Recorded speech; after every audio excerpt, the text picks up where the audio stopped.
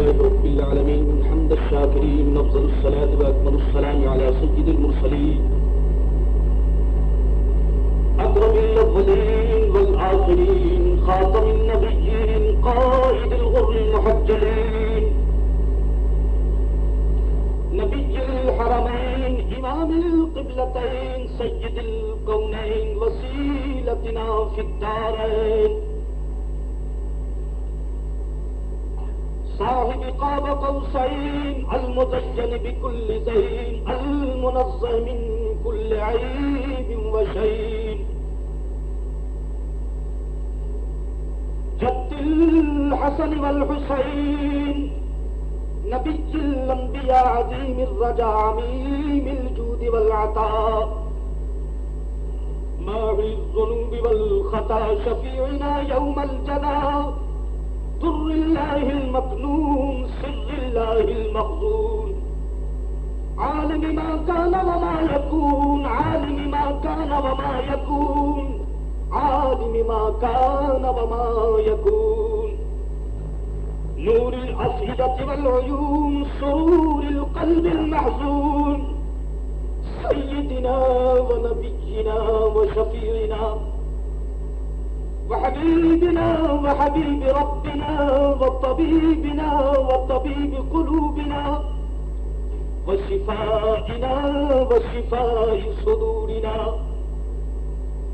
ونورنا ونور ربنا ونور أعيننا ونور صدورنا ونور قلوبنا ونور إيماننا ونور قبورنا وعوننا وعيالنا ومعيننا وغوثنا وغياثنا ومغيثنا ووكيلنا وكفيلنا ومأوانا وملجانا محمد النبي المبعوث رحمة للعالمين وآله الطيبين الطاهرين وأزواجه الطاهرات أمهات المؤمنين وأصحابه المعظمين المكرمين وأولياء ملته الراشدين المرشدين أما بعد فأعوذ بالله من الشيطان الرجيم بسم الله الرحمن الرحيم يا أيها الناس اعبدوا ربكم الذي خلقكم والذين من قبلكم لعلكم تتقون الذي جعل لكم الأرض فراشا والسماء بناء وأنزل من السماء ماء فأخرج به من الثمرات رزقا لكم فلا تجعلوا لله أندادا وأنتم تعلمون وإن كنتم في ريب مما نزلنا على عبدنا فأتوا بسورة مثله وادعوا شهداءكم من دون الله إن كنتم صادقين صدق الله مولانا العظيم وصدق رسوله النبي الكريم ونحن على ذلك لمن الشاهدين والشاكرين والحمد لله رب العالمين يا أيها الناس اعبدوا ربكم الذي سورہ بقرہ کی تفسیر مسلسل چل رہی ہے. رمضان المبارک کی ہر صبح ہمارے لیے مسرت و خوشی کا پیغام ہوتی ہے، اس لیے کہ قرآن حکیم کی آیتوں کو فقیہ تلاوت کرتا ہے اور اہل سنت و جماعت کا ایک عظیم اجتماع ان آیتوں کو سنتا ہے. یہ سلسلہ منافقین کے خد و خال، اس کا فوٹو، اس کی تصویر، اس کا کیریکٹر، اس کی بے ایمانی، اس کی غداری، اس کی مکاری، یہ سب بیان ہوتے ہوتے یہاں تک گفتگو پہنچی تھی. آج جو میں نے آیت کریمہ تلاوت کی ہے اس میں کفار مکہ کو خطاب کیا جا رہا ہے۔ قرآن کریم کا انداز یہ ہے کہ جہاں یا ایھا الناس لفظ آئے عام طور سے اس میں ہوتا یہ ہے کہ اس میں مکے والوں کو خطاب کیا جاتا ہے، چنانچہ قرآن اسی انداز سے ان کو پکارتا ہے، یا ایھا الناس اعبدوا، اے لوگوں، اے مکے کے رہنے والوں، اے یہودیوں، اے کافروں، اے مشرکوں، اعبدوا ربکم، عبادت کرو اپنے رب کی۔ رب کی عبادت کے لیے ان کو بلایا جا رہا ہے، کافروں کو دعوت دی جا رہی ہے کہ رب کی تم عبادت کرو۔ عبادت کرو یعنی اس کو ایک مانو، اس کو تسلیم کرو، اقرار کرو، اس لیے کہ ایمان کے بغیر تو رب کی عبادت ہو نہیں سکتی۔ ایمان عبادت کے لیے ضروری ہے، جب تک ایمان نہیں ہوگا عبادت معتبر نہیں۔ کوئی لاکھوں سجدے کرے، کروڑوں قیام اور قعود کرے، مگر ایمان اس وقت، عبادت اس وقت اس کی معتبر ہو نہیں سکتی جب تک کہ ایمان کی دولت بھی اس کے سینے میں نہ ہو۔ اعبدوا ربکم وحدوا ربکم، اپنے رب کو ایک مانو۔ یہ قدم قدم پر جھکنا، کبھی سورج کی پوجا، کبھی چاند کی پوجا، کبھی اپنے ہاتھوں سے بنے ہوئے معبودان باطل کی پوجا، یہ 360 کی پوجا، کعبے میں ننگے ناچ کر پوجا، شراب کی بوتل چڑھا کر کے خدا کی عبادت، غلط۔ اعبدوا ربکم، ایک خدا کو مانو۔ عقل کے میدان میں آؤ، انسانیت کی فیلڈ میں آؤ، اعبدوا ربکم وحدوا ربکم، ایک خدا کو مانو۔ کیوں خدا کو مانے صاحب؟ دلیل کیا ہے؟ انسانی ذہن ہے یہ بڑا ناکامیاب ہے، بڑا ناکام ذہن ہے، اس میں بڑی کمزوریاں، یہ بڑا فطرتی نہیں ہوتا ہے۔ ایک خدا کو کیوں مانے؟ اعبدوا ربکم الذی خلقکم، اے کافر، اے مشرک، ایک خدا کی دعوت اس لیے دی جا رہی ہے کہ اس نے تجھے پیدا کیا۔ ثابت کر کہ خدا کے علاوہ بھی کسی نے تجھے پیدا کیا۔ الذی خلقکم، اس نے تم کو پیدا کیا، کیونکہ وہ خالق ہے، اور جو خالق ہوتا ہے وہی معبود ہوتا ہے۔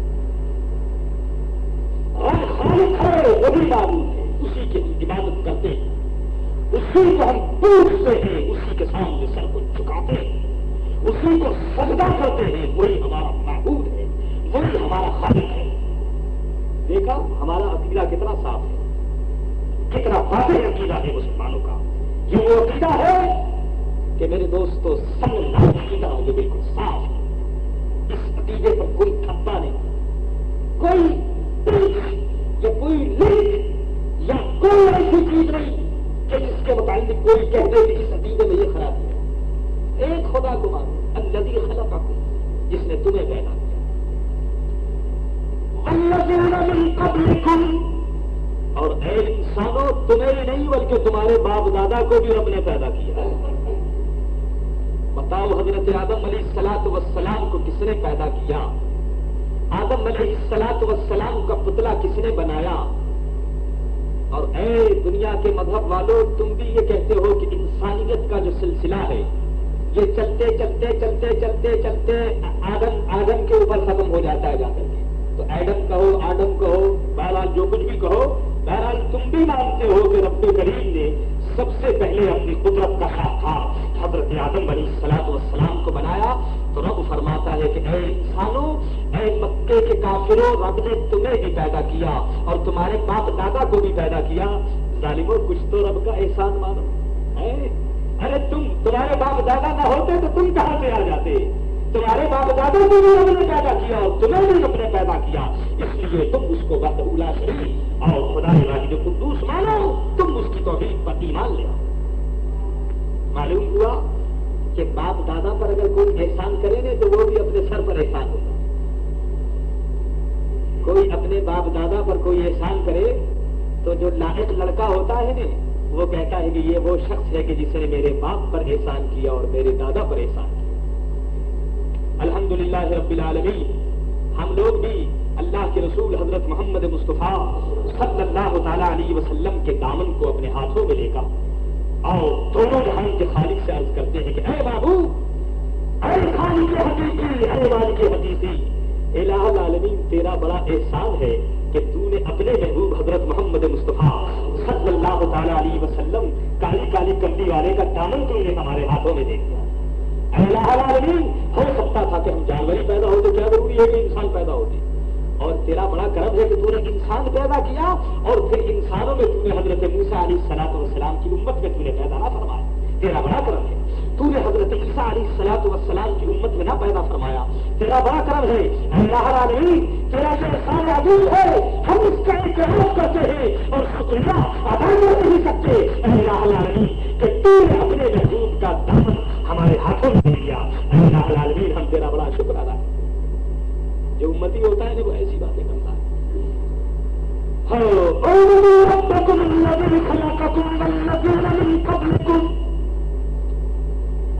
جس نے تمہیں پیدا کیا اور تمہارے باپ دادا کو پیدا کیا،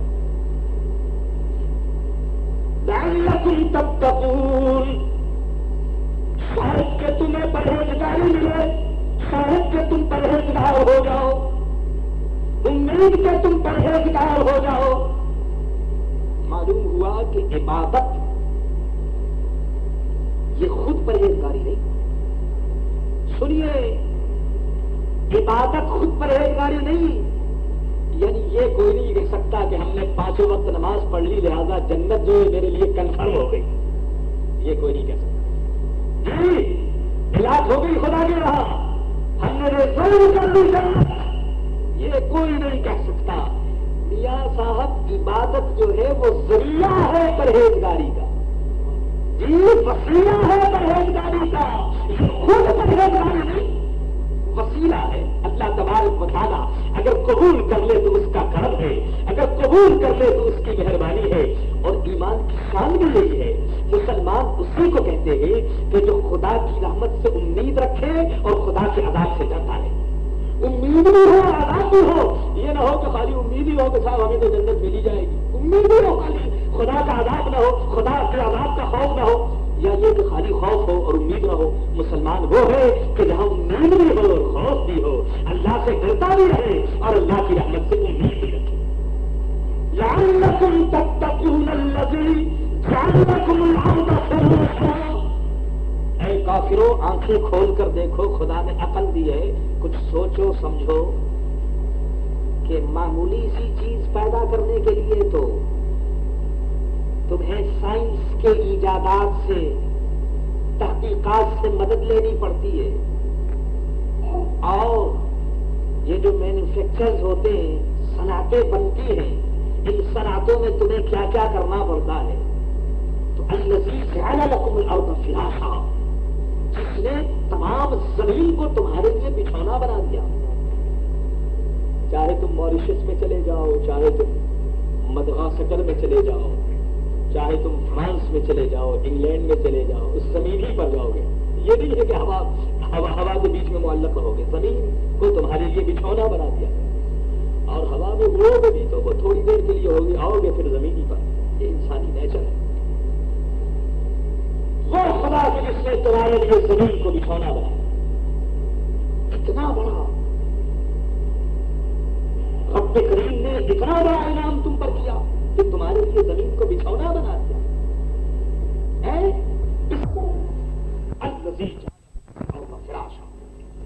اے عقل والو، اگر تمہارے پاس عقل ہے تو اپنی عقل سے کام لو اور دیکھو تو صحیح کہ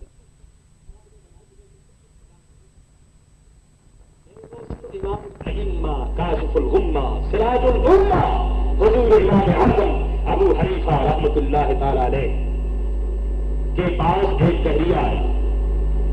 دہریہ جو کہتا ہے کہ نو خدا، نو اینی گاڈ، خدا کوئی نہیں، اس کا وقت کو خود ہی نہیں پتا کہ وہ کیا ہے، وہ خدا کو کیا جانے گا، جو خود اپنے آپ کو نہیں جانتا وہ خدا کو کیا جانے گا۔ ایک دہریہ ہے جو کہتا ہے کہ یہ سوال ہے، یہ سب کچھ ہے، بس باقی یہ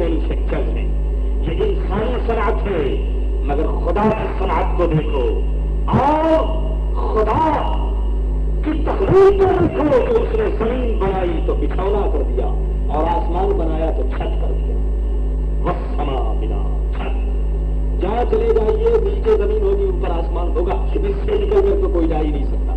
کوئی کتنا بڑا موجود ہو، فرعون ہو، حامان ہو، شداد ہو، اس آسمان اور زمین سے نکل کر کہیں نہیں جا سکتا. رب نے تمہیں بند کر دیا اپنی قدرت میں. آ جاؤ اوپر آسمان اور نیچے زمین. اے غریبو، اے مفلسو، اگر تمہیں دنیا میں مکان نہ ملے تو رب نے تو تمہارے لیے بہت بڑا مکان بنایا، اوپر آسمان اور نیچے زمین. چلو چلو اللہ تبارک و تعالیٰ کی رحمت کو تلاش کرو. وَأَنزَلَ مِنَ السَّمَاءِ مَاءً. سبحان اللہ. یہ قرآن کا انداز بیان دیکھو، اس کی فصاحت دیکھو، اس کی بلاغت دیکھو کہ پہلے تو اس نے فرمایا کہ میں نے زمین کو بنایا، پھر فرمایا کہ میں نے آسمان کو بنایا. اب زمین اور آسمان کے بنانے کے لیے، بنانے کے بعد ایسی چیزوں کی ضرورت تھی جو یہ قائم بھی رہے. بھائی اس کا جو قیام ہے اس کے لیے بھی تو ضرورت تھی. تو فرمایا آسمان کو بنایا اور اس سے میں نے پانی کو نازل کیا، پانی کو اتارا. اس لیے کہ اگر آسمان سے پانی نہیں آتا تو پھر یہ زمین تو مر جاتی، یہ مردہ تھی، اس میں سے تمہیں کچھ ملتا ہی نہیں. اور آج بھی اگر بارش نہ ہو تو پھر دیکھو میرے دوستو کیا ہوتا ہے. اگر آج 2-4 دن اگر خدا نہ کرے گے، اگر موریشس میں خدا نہ کرے گی اگر بارش نہ ہو تو پھر بتاؤ کیا ہو. ہمارا تمام تر سلسلہ جو ہے وہ شکر کے اوپر، گنے کے اوپر ہے. اگر 1-8 سال اگر خدا 6 مہینے اگر بارش نہ ہو تو معاملہ ہی ختم ہے. مخلوق خدا مر جائے گی. تو رب فرماتا ہے کہ زمین میں نے پیدا کی، آسمان کو پیدا کیا، اس کے بعد اوپر سے بارش کرے گا. بارش یہ بھی اس کی قدرت ہے کہ سورج کی گرمی سمندر سے پانی اوپر چڑھتا ہے. سورج کی گرمی کی وجہ سے پانی چڑھتا ہے اور چڑھ کر کے قرے زمہریر میں پانی جاتا ہے، وہاں اس کے قطرے بنتے ہیں اور پھر وہ نیچے گرتا ہے. یہ خدا کی قدرت ہے. ہم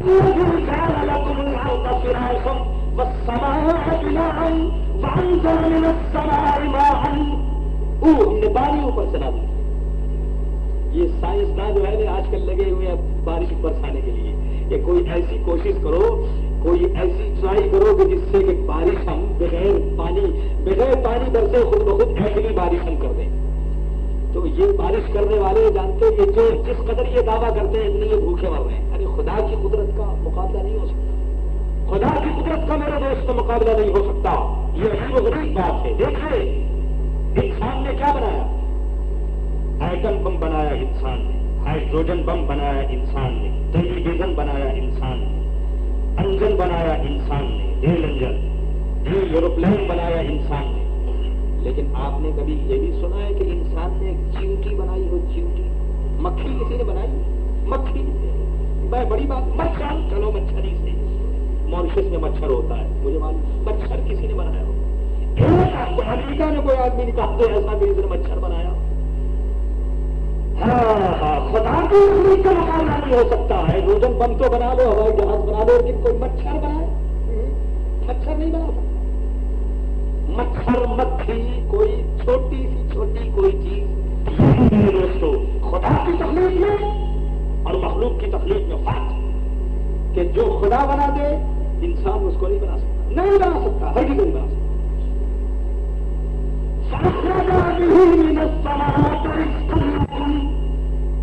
اور اس زمین سے اس نے تمہارے لیے پھل نکالے کھانے کے لیے. کیا کیا نعمتیں اس نے پیدا کی. سبحان اللہ. زمین دیکھو، مٹی اور اس کے اندر سے حیرت ہے کیا کیا چیزیں نکالی. ٹھکانا نہیں جانے والا، میرے حساب آپ نہیں کر سکتے کیا کیا چیزیں نکالی. کسی باغ میں چلے جائیے، یہ ہمارا موریشس یہ چھوٹا سا جزیرہ ہے مگر دیکھیے اس میں سینکڑوں چیزیں ہوتی ہیں. جانے کیا کیا پیدا ہوتی. من الثمرات رزقا لکم، یہ تمہارے کھانے کے لیے ہم نے یہ چیزیں تمہیں پیدا کی تو پھر بھی تم میری خدائی کو نہیں مانتے ظالمو. پھر بھی تمہیں شبہ ہے کہ اللہ تبارک و تعالیٰ ہے یا نہیں.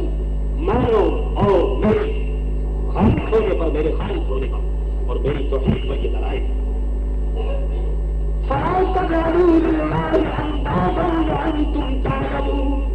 اور خدا کی ذات میں جان بوجھ کر کسی کو شریک مت کرو، خدا کی عبادت میں کسی کو شریک نہ کرو، خدا کی ذات میں کسی کو شریک نہ کرو۔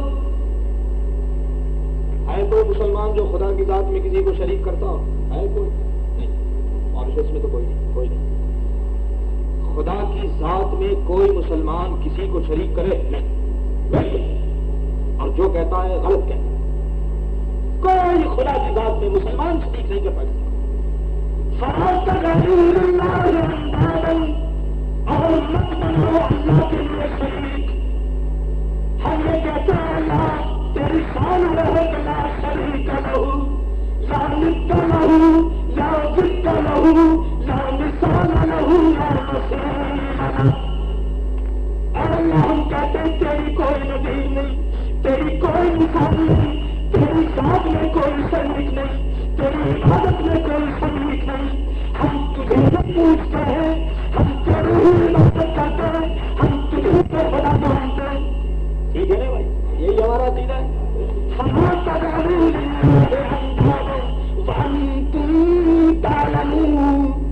جان بوجھ کر کیوں خدا کی ذات میں شریک کرتے ہو؟ کیوں جان بوجھ کر ایسی ویسی باتیں کرتے ہو؟ یہاں پر ایک بات اور میں بیان کرتا چلوں، بعض لوگوں کو بدعت اور شرک کی بیماری ہو جاتی ہے کبھی کبھار۔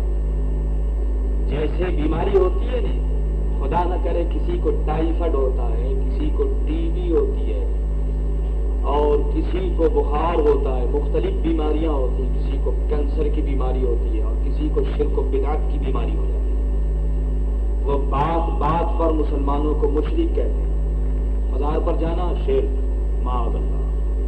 فاتحہ پڑھنا شرک، معاذ اللہ۔ قیام کرنا شرک۔ جناب اگر شرک کا یہ مطلب لیا جائے تو پھر یاد رکھو کہ اس فقیر سے لے کر کے اور معاذ اللہ صحابہ تک بلکہ نبی تک معاذ اللہ کوئی پھر ایماندار نہیں رہے گا، معاذ اللہ ثم معاذ اللہ۔ اگر مزار پہ جانا اگر شرک ہو جائے تو پھر تو سرکار دو عالم صلی اللہ علیہ وسلم کی تشریف لے جایا کرتے تھے، جنت البقیع شریف میں جاتے تھے فاتحہ پڑھنے کے لیے، جی بزرگان دین اولیاء کاملین جاتے رہے فاتحہ پڑھنے کے لیے۔ جی میرے دوستو سنو، شرک کس کو کہتے ہیں؟ سنو آج یہ جو میں بتائی شرک کس کو کہتے ہیں؟ اس کے علاوہ اگر کوئی آدمی شرک ثابت کر دے تو میں یہاں ہوں انتہائی شکر میں لکھا، میں اس کی بات کو قبول کروں گا۔ کتاب بتاتا ہوں شرح عقائد، ویسے نہیں بولتا، کتاب شرح عقائد، مسلم رولز اور مسلم فیتھ، اسلامک فیتھ، اسلامی عقیدے کی مسلم کتاب شرح عقائد۔ فرماتے شرک دو چیز ہے۔ شرک کا پہلا سبجیکٹ اور شرک کا پہلا مطلب یہ ہے کہ خدا کی ذات میں کسی کو شریک کرنا۔ بتاؤ مسلمانوں، خدا کی ذات میں ہم کسی نبی کو ولی کو شریک کرتے ہیں؟ نہیں۔ شریک کرتے ہیں؟ بولیے نا، آپ بھی ذرا آواز کیا کریں، نہیں خالی مجھے سے آپ کرواتے ہیں، میں چاہتا ہوں آپ بھی تھوڑا تھوڑا آواز کریں گے، وہی تو نہ کریں۔ کسی کو ہم شریک نبی کہتے اے کالی کالی کملی والے آقا حضرت محمد مصطفیٰ صلی اللہ علیہ وسلم، آپ خدا کے رسول بندہ رسول محمد ہیں۔ کسی نبی کو، کسی نبی کو کوئی مسلمان خدا نہیں کہتا، خدا کی ذات میں شریک نہیں کرتا۔ ہاں بتانا نبی جو ایسی بات کہتا ہے غلط کہتا ہے۔ دوسرے سکھ اور دوسرا سکھ، دوسرا کیا ہے؟ دوسرا یہ ہے کہ عبادت کے لائق کسی کو جاننا سمجھنا، عبادت کسی کی کرنی، کسی کو عبادت کے لائق جاننا۔ بتاؤ مسلمانوں، ہم کسی کو اللہ کے علاوہ عبادت کے لائق سمجھتے ہیں؟ کسی کی عبادت ہم کرتے ہیں؟ کبھی کبھی نہیں۔ ہمارے ذہن کے 1/100 کا جو حصہ ہے اس میں بھی کبھی نہیں آ سکتا معاذ اللہ کہ ہم خدا کے علاوہ کسی کی عبادت کریں گے. ہم مبرر ہیں الحمدللہ. محمد رسول اللہ صلی اللہ تعالیٰ علیہ وسلم. بس یہ ہے شرک. اور اس کے علاوہ جو کہتے ہیں کہ یہ شرک اور وہ شرک اور فلاں شرک اور یہ شرک اور وہ شرک، ان سے پوچھو کہ یہ سب کہاں سے وہ شرک کی بارش کرتے ہیں اور کہاں سے جو شرک کی بارش ہوتی ہے. شرک بس دو چیزیں ہیں، خود کسی کو خدا مت مانو، اللہ مت مانو، اور خدا کی عبادت میں کسی کو شریک مت مانو. باقی اللہ کے نیک بندے ہیں، ان کی تعظیم کرو، ان کی عزت کرو، بالکل ٹھیک ہے، بالکل ٹھیک ہے، یہ بالکل شریعت کے مطابق. ابھی بتاؤں گا انشاءاللہ آیت آ رہی ہے. بات یہ ہو گئی میرے دوست. تو مت خدا کی اطاعت میں کسی کو شریک مت کرو جان بوجھ کر.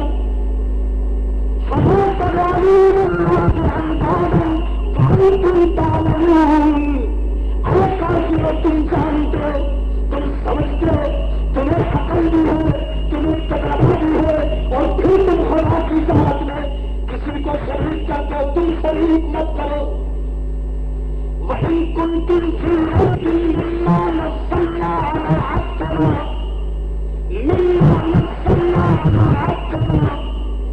فَأْتُوا بِسُورَةٍ مِّن مِّثْلِهِ. اللہ. اور اگر تم ہو شک میں، اگر تمہیں کوئی شک ہے، کوئی تردد ہے، تمہارے دل میں شیطان بیٹھا ہوا ہے، وہ تمہیں شک میں ڈالتا ہے، ایسا کیسے ہو گیا، یہ کیسے ہو گیا، وہ کیسے ہو گیا. اگر تم شک میں ہو، اگر اور مگر کے چکر میں اگر تم پھنسے ہوئے ہو، اگر تمہیں کوئی شک ہے، وَإِن كُنتُمْ فِي رَيْبٍ مِّمَّا نَزَّلْنَا، اس فیصلے کو ہم نے نازل کیا اپنے مخصوص بندے پر. دیکھا مخصوص بندے حضرت محمد مصطفیٰ صلی اللہ تعالیٰ علیہ وسلم. دیکھا قرآن کہتا کہ عابد. دیکھا اپنے قرآن نے کیا فرمایا، ہمارا بندہ ہے. اور پھر یہاں قرآن کہتا ہے عبد، اور قرآن کہتا سبحان الذی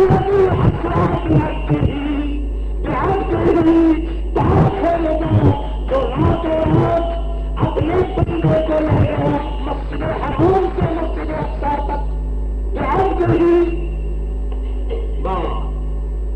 میرے دوستو موقع نہیں تو انشاءاللہ تفسیر رہ جائے گی. اگر میں مثنوی مولانا روم کی طرف اگر چل پڑوں تو تفسیر رہ جائے گی.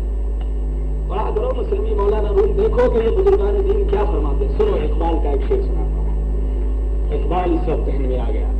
بڑی پیاری بات ہے. رند آدمی رند ہے، اقبال رند تھا، آدمی رند ہے، مگر بات بڑی پیاری کہتا ہے. تم بھی بندے، میں بھی بندہ، اور نبی بھی بندے ہیں الحمدللہ رب العالمین. مخصوص بندے فرق کیا ہے؟ اقبال کہتا ہے، سنو اقبال کہتا ہے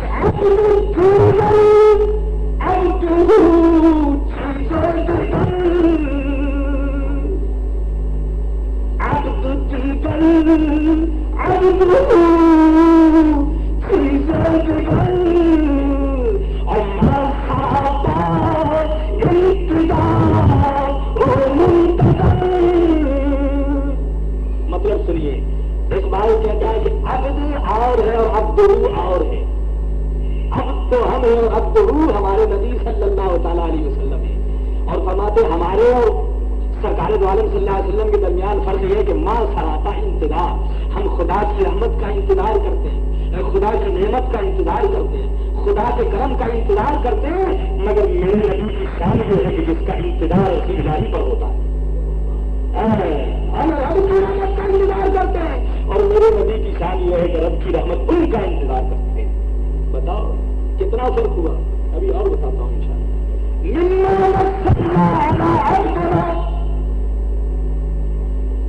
اگر تمہیں اس چیز میں شک ہے جو ہم نے نازل کیا اپنے بندے حضرت محمد مصطفیٰ صلی اللہ علیہ وسلم پر، جی ہم نے نازل کیا اپنے بندے پر، شک ہے قرآن میں.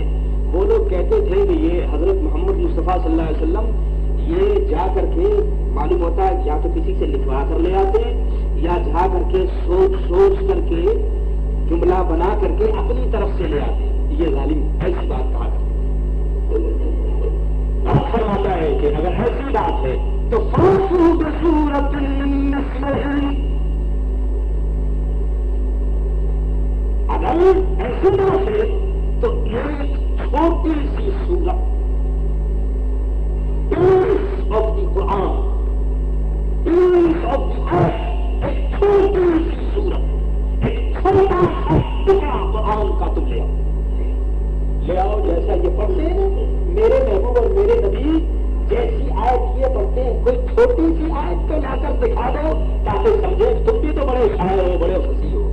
اور یہ میں بتاؤں کہ قرآن جو اس وقت نازل ہوا کہ جب مکہ معظمہ میں عربی لٹریچر آسمان پر چڑھا ہوا تھا، عربی لٹریچر کا زور تھا، بڑے وہ زبان والے تھے، وہ کہتے تھے دنیا گونگی العرب فالعرب والعجم فالعجم، وہ کہتے تھے دنیا عرب جو ہے وہ عرب ہے اور باقی دنیا سب گونگی ہے۔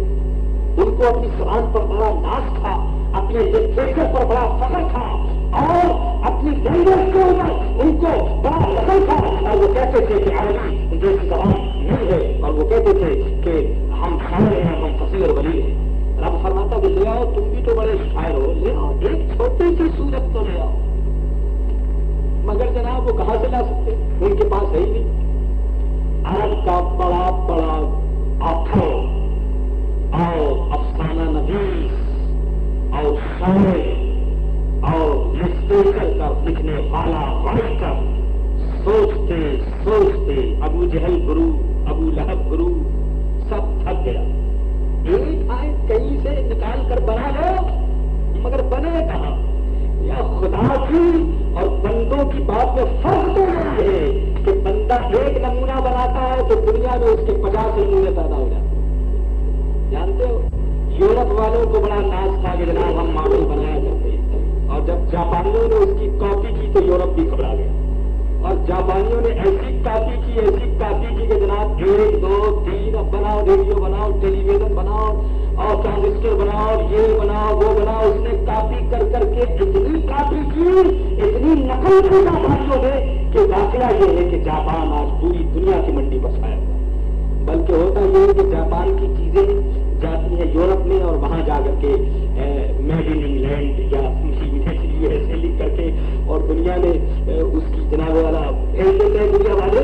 تو میرا کہنے کا مطلب یہ ہے کہ دنیا خدا کی کاپی نہیں ہو سکتی، بندوں کی کاپی تو ہو سکتی ہے، تو قرآن کے مقابلے میں کوئی صورت نہیں ہو۔ ایک تفسیر تو یہ، اور سنیے دوسری تفسیر پیش کرتا ہوں، نام یاد رکھیے، میں اپنی طرف سے کچھ نہیں کہتا۔ مدارک التنزیل، تفسیر مدارک التنزیل، جامع مسجد موریشس کی لائبریری میں موجود ہے، تفسیر مدارک التنزیل۔ مدارک میں فرماتے ہیں مفسر صاحب مدارک حنفی مفسر حنفی فرماتے ہیں کہ فاتوا بسورۃ من مثلہ، یہ جو ضرور ہے